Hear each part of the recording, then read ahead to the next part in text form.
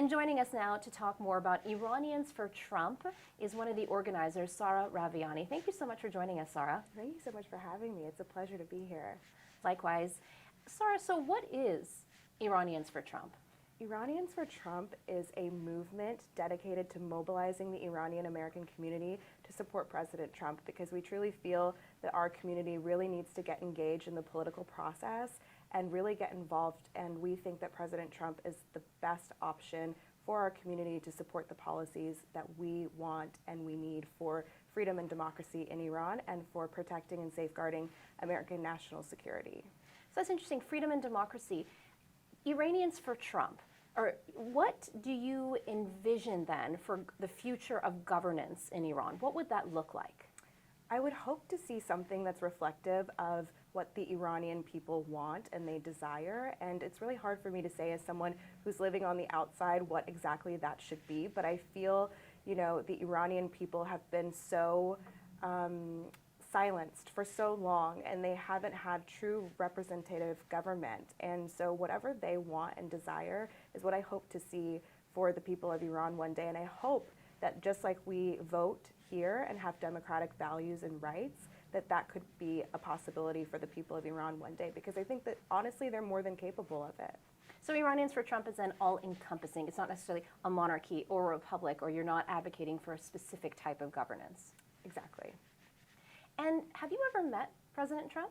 I have not, but I saw him last night, and it was incredible, and it was so energizing to hear how he rallied the crowd, and especially being that it was an Israeli-American conference that he was speaking to. A lot of the Jewish community tended to vote for Democratic politicians, and to hear the crowd just erupt in excitement when he entered the room was absolutely incredible, because we're seeing a huge shift in not only the Iranian community, but also the Jewish community, the Israeli-American community, and so many other immigrant diaspora communities. So you speak of that shift and that change. Were you yourself always a Republican, or did you change? I was always a Republican. I always voted, but I was never really politically involved. I kind of just voted, kept my mouth shut, and put my head down and stayed quiet. And my parents kind of influenced my political opinions quite a bit. We would sit down at the dinner table every single night growing up, and the conversation was always political, whether it was domestic American politics or Iranian politics. They really wanted me to be very well versed, and it was something that I never wanted to be a part of. And that all changed in 2022 when everything happened in Iran, and that was what caused me Women, life, freedom, yes. Right. That's what caused me to say, you know what, I really do actually need to get involved and really educate myself on what it is, the policies here in the United States that are impacting the people of Iran. And so that's what prompted that shift for me. So when I say I was a Republican, I was a registered Republican and I was voting for Republicans, but I really didn't know exactly the ins and outs of things until I started grassroots lobbying Congress. And then I saw it for myself. Republican lawmakers were the very first ones to stand with us, and they were ready to hear our community and hear the concerns, and they welcomed us with open arms. And so that was really refreshing to see. And on the flip side of that, Democratic lawmakers were dragging their feet and not really wanting to support us, and we had to work 10 times harder to get their support. And so we saw all of that with our own eyes, and it really just validated my thoughts and my feelings, and I was like, okay, I am on the right side of things. Why do you think that is? Why were they dragging their feet, as you I think mentioned? That we have seen, especially over the last decade in United States politics, a very hyper-partisan environment where one side of the aisle was very ready to confront the threat that is the regime in Iran, and one side of the aisle was still clinging to the hope of the failed JCPOA, negotiations with the regime, and advocating for things like, no sanctions. And then we saw the complete opposite on the other side, and that is where there was I believe missed opportunity because of this hyper-partisanship following the Obama administration. And that really, I would say, hampered U.S. policy toward Iran. And it was really frustrating to deal with that because you had one side of the aisle that was listening to what you wanted and one side of the aisle who thought that they knew better and wanted to speak over Iranian voices. And that was really, really hard to deal with. But that being said, as time passed, we were able to change that. And that came from the Iranian American community mobilizing to make their voices heard. So while it was a very frustrating beginning, it slowly started shifting. And that's what I hope to see in the future. I hope to see more support on both sides of the aisle, because at the end of the day, while I'm a Republican and I support President Trump, we need support in Congress from all members. So women, life, freedom, that inspired you to do what you do today. And you mentioned that President Trump was at an Israeli-American conference. Has he ever been to any women, life, freedom protests or movements or spoken out on behalf of the people of Iran? He has not been to any Iran conferences or protests that I'm aware of, but he has spoken at length about the Iranian people and their quest for freedom and democracy, and basically just supporting them. And that's a huge difference in comparison to what we've seen with Vice President Kamala Harris, for example, who has been seen at protests, but she's been surrounded with members of NIAC. So that's a huge shift, in my opinion, in comparison to President Trump versus Vice President Kamala Harris. And for those who don't know, NIAC is reportedly believed to be a think tank that is reportedly linked to the Iranian regime. Right. Now, do you hope to change that in terms of President Trump to get him at more of these Iranian events? And do you think that he would engage? Absolutely, I think he would. And that's something that I'm actually the most hopeful for, because I believe that President Trump and his administration would engage actual Iranian American voices that do champion what the Iranian people want, as opposed to Vice President Harris, who I believe would champion the voices of NIAC, who does not represent the Iranian people whatsoever. And when it comes to President Trump, so you're Gen Z, and you come from an immigrant family. Obviously, Trump is neither of those. What is it about him that appeals to you? This is a very interesting concept for me as an Iranian Canadian. It was really interesting. Even last night when I heard him talk, it's just so refreshing to hear a leader that has a personality and that has strong opinions and is unapologetically himself. Oftentimes you will talk to lawmakers and world leaders or hear from them, and it's very rigid. It's very what everyone expects them to say, what they want to hear. But with President Trump, it's completely different. It's very organic, it's very real, and that's very refreshing for me, especially as a young Iranian American. I love hearing just the off-the-cuff, you never know what's going to come out of his mouth, and I think that's what makes him so special as a leader specifically. And if Kamala Harris becomes president, she would be the first female and first woman of color, which is, you are also a female and a woman of color. So what would you say to people who might say to you, well, she represents you? I get that comment a lot, and it's honestly so frustrating because I'm like, this is boxing me in. As a Iranian American woman, I have to support another woman of color just because she's a woman of color, even though we don't agree on pretty much anything in relation to foreign policy. And I don't agree with the policies that she's implemented. I don't agree with the people that are around her, but because of identity politics and, you know, what you expect me to vote for, you think that I have to do that. It's very, very frustrating. And I got a lot of that, especially when I announced that I was supporting President Trump. A lot of people were like, well, why? You know? And I think that that's, you know, this idea of what you're supposed to be and how you're supposed to behave. And I want to break that. I don't want to be what everyone wants me to be. I want to be real, and I want to be authentic, and I want to live my truth, and I want to reflect the values of those inside of Iran. And those inside of Iran are calling for President Trump.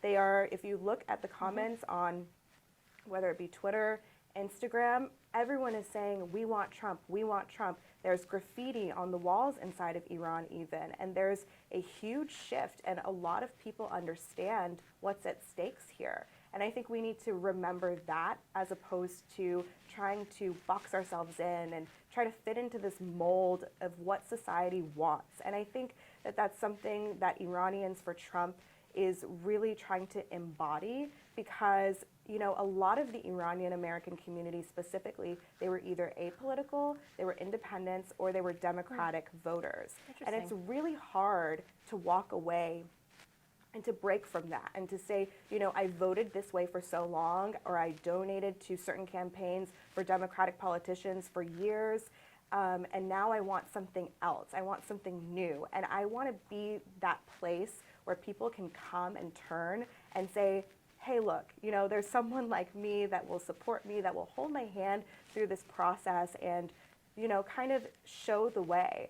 Because I think that community is one of the biggest aspects in politics, and showing that there is support so that people don't feel so alone. Because there's all of those comments, like you just previously mentioned, you're supposed to behave or vote a certain way as an immigrant, and I think we need to break that stereotype, and I think we need to show people, actually, no, it's okay. You can vote who you want to vote for, and you can support who you want to vote for, whether society tells you that's wrong, your family tells you it's wrong, your friends. You know, we really need to focus on the policy here. Let's dig deeper into the nuances of Iranian American voters and their priorities. Are they single issue voters? Like, for example, let's say somebody, an Iranian American, may not agree with Trump's reproductive policies or economic policies, for example, but feels that he is strong on Iran and therefore will vote for him. Do you feel that they are single issue voters, or how do you see it? I see a lot of the community has shifted into becoming single issue voters, and this happened as a result of the uprising in 2022 in Iran. And like I said, a lot of Iranian Americans identified as either apolitical, Democratic voters, or independents. And I remember specifically through our advocacy, I was in Los Angeles and I was having dinner with an Iranian American activist, and I was telling her, look, you know, our choices are going to be President Trump or, at the time, President Biden. And she was just like, whoa, there's no way I will ever advocate for President Trump or I will ever vote for him. Now, fast forward, I want to say... And why is that? Can you get into why she that was? She was a staunch Democratic voter and supporter. And I think that it was one of those things where it was expected of her. Her community in Los Angeles was very liberal, and she wanted to, you know, I guess maybe like wanted to champion some of those domestic values that progressives claim to support. When it's very interesting, because there's a huge double standard, because the values that they claim to represent and support, they don't support for the people of the Middle East. But you know, that's a whole different conversation. But she looked at me and she was like, oh my God, Sarah, like there's no way. And I was like, well, you know, these are going to be your choices and these are the tough decisions. Fast forward a year later, she is one of the staunchest supporters of President Trump. And she has outlined the policies, she has done her research. What changed for her, just like you said, doing the research and the policies? The research and the grassroots lobbying for the Massa Act and all of the other Iran-related sanctions bills. I think that that really impacted a lot of the appetite in the community for who they wanted to vote for, especially those who were very engaged and they saw the difference in Republican lawmakers who were ready to support and welcome us with open arms versus Democratic lawmakers who really didn't want to support us. And it even came down to engagement. And when I say Republicans welcomed us with open arms, I mean there was very specific instances, like Congressman Corey Mills, for example, who would join even our Twitter spaces. And these were, you know, things that our community really saw as very admirable. to, finally felt like we're being heard, we're being listened to. Feels like you have the community is having a connection then, that they're able to Right. to really have a connection with the community, eh? Yes, definitely a connection, and it's very interesting because, these were lawmakers that were stepped in when they didn't have to and rose up and said, we're going to champion your voice. And this was a product and a result of the Iranian American community making their voice heard and advocating, whether it be online, whether it be through email or phone calls. Then, these lawmakers who work for us had to step in and say, hey, look, like, we're going to support you. And that mostly came from the Republican side of the aisle. Or we're not, we're going to ignore you. And unfortunately, that mostly came from the Democratic side of the aisle. So it seems like engagement also was very important. Yes, definitely. I think it played a huge role. And I think that oftentimes in our heads as average private citizens, we think that, lawmakers or legislators or leaders are above us and we're down here and we are not to engage, we are not to speak to them, that there's a disconnect. But what I'm trying to do is show the community that these leaders and lawmakers, they have to listen to us first of all, and they have to hear our voices because they represent us, and that's the beauty of democracy. And I think especially coming from Iran, the immigrant diaspora community, their voices have been so stifled for so long. And I think that's what led to a lot of the members of the community wanting to be so apolitical and wanting to be so removed because they weren't used to being heard. They weren't used to having their voices listened to. And it added an extra layer of that disconnect. And that's really what I'm trying to break past and show that, hey, look, you need to call your members of Congress. You need to get registered to vote. You need to make your voice heard because honestly, I think it's one of the most important things that you can do because you can sit in your house and say, oh, I don't like this, I don't like that, I don't want this, I don't want that. But at the end of the day, if you're not, going out there and reaching out to these members of Congress and these leaders and telling them exactly what it is that you do want, then they don't know.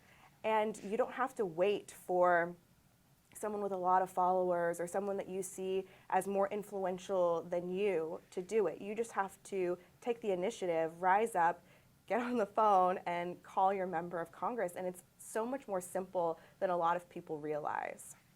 So what is it then that Iranian Americans want? I think Iranian Americans want leaders and leadership who support not only our wants and desires as a community, but also the wants and desires of the Iranian people. And I think that those are values of freedom, democracy, human rights. These are things that a lot of Iranian Americans care a lot about. And they want to see politicians in office who also support these things. They want to see a strong America as well. So national security is a huge issue for the community. So these are all things I think that Iranian Americans want to see in their leadership. Just how important is the Iranian American vote for this election?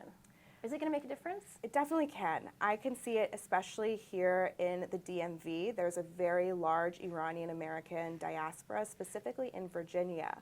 And Virginia is up for grabs. And I think that mobilizing the community in Virginia specifically and getting everyone registered to vote, something that a lot of people don't know is that Iranian Americans have a very low voter registration rate.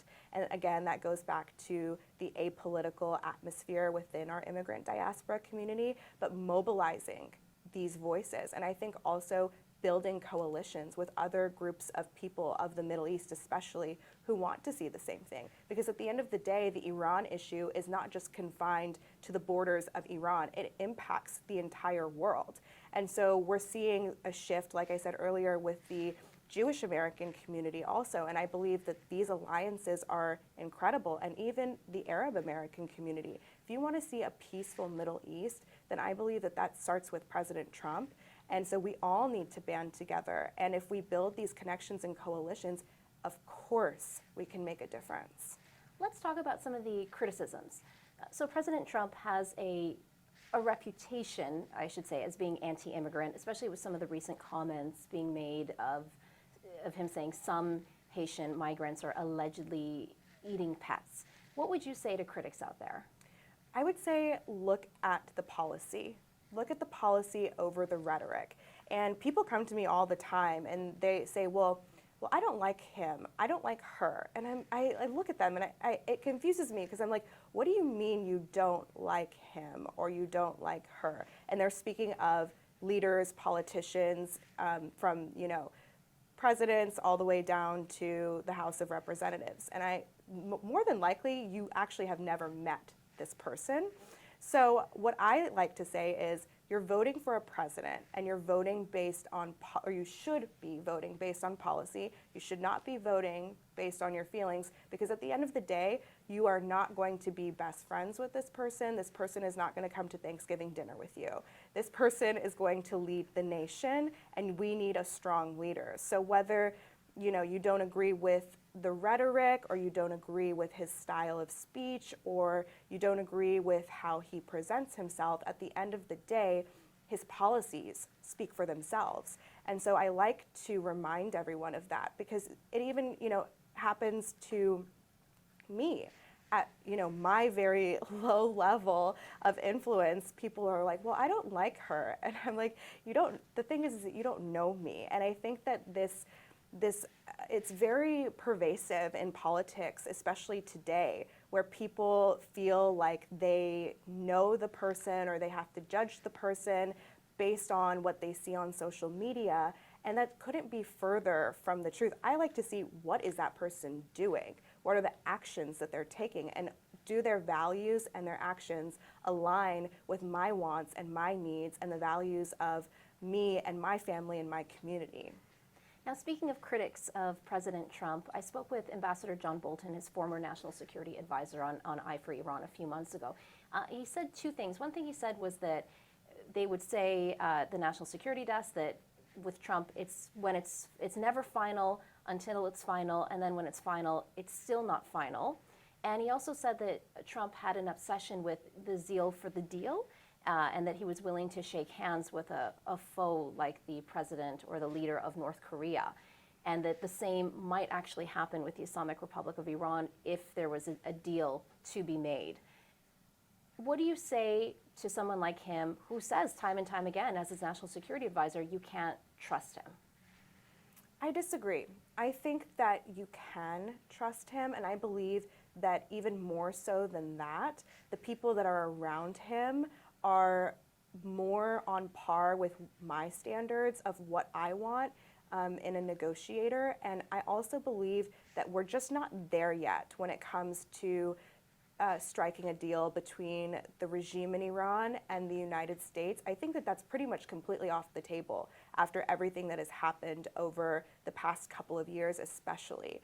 And so I think that we need to look at the policies, and the policies show that President Trump pulled out of the JCPOA. He did strike a deal with, the Abraham Accords, which was monumental and historic, but also there's, the reality is that things have shifted since those days of, 2016 to 2020. And you can also compare this to the Biden-Harris administration, who I believe purposefully do not have a set Iran policy because they want to engage with the regime under the table through backdoor deals. And that is, to me, a lot more, it scares me a lot more than what I could see with a future Trump administration. I believe that that will be a lot, if you're comparing the two, a future Trump administration is a lot more trustworthy than a potential Harris administration. What is the single most important thing that you would want to see out of Trump if he becomes president again in terms of his Iran policy?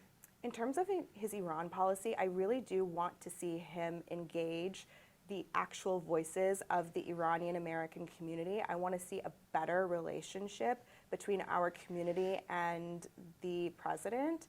And I believe that that's something that's really important because as Iranian Americans, we don't really have a lot of support.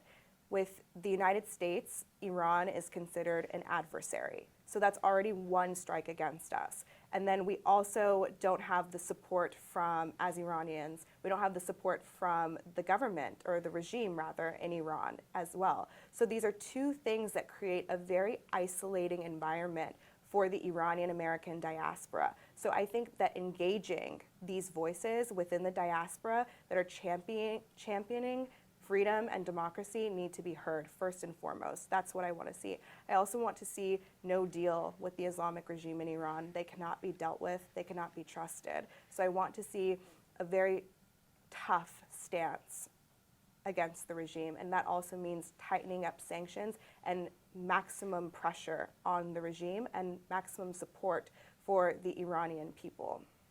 Just wanted to end on this question. Let's talk about the mentality of Iranian American voters. What is it about their state of mind that you want people to know? Because as you know, there is a lot of stereotypes and misrepresentation when it comes to the Iranian diaspora all over the world. Right. I think that there's this idea, like I said earlier, that Iranian Americans are expected to behave or to vote a certain way, and I believe that it's very, we're very misunderstood because of that, because people, the public, expect us to, you know, like I said, vote a certain way or behave a certain way, and it's just not the truth. We value the same things that the average voter also values, which are, you know, freedom, democracy, human rights, national security. All of these things are forefront in the minds of Iranian Americans. And I believe that getting out there and making our voices heard, and people starting to realize that, you know, we're not all that different from the average person. And I think that that's also really important to show, because it also shows that the Iranian people are not all that different from the rest of the world, and that there's a huge difference between the regime in Iran and the Iranian people and their wants and desires and aspirations. So I believe that making our voices heard so that people understand that we are just like them and the people in Iran are also just like them is the first step in achieving human rights and democracy for Iran. Well, thank you so much, Sarah, for joining us today. That was a really fascinating discussion. That was Sarah Raviani from Iranians for Trump. Thank you so much.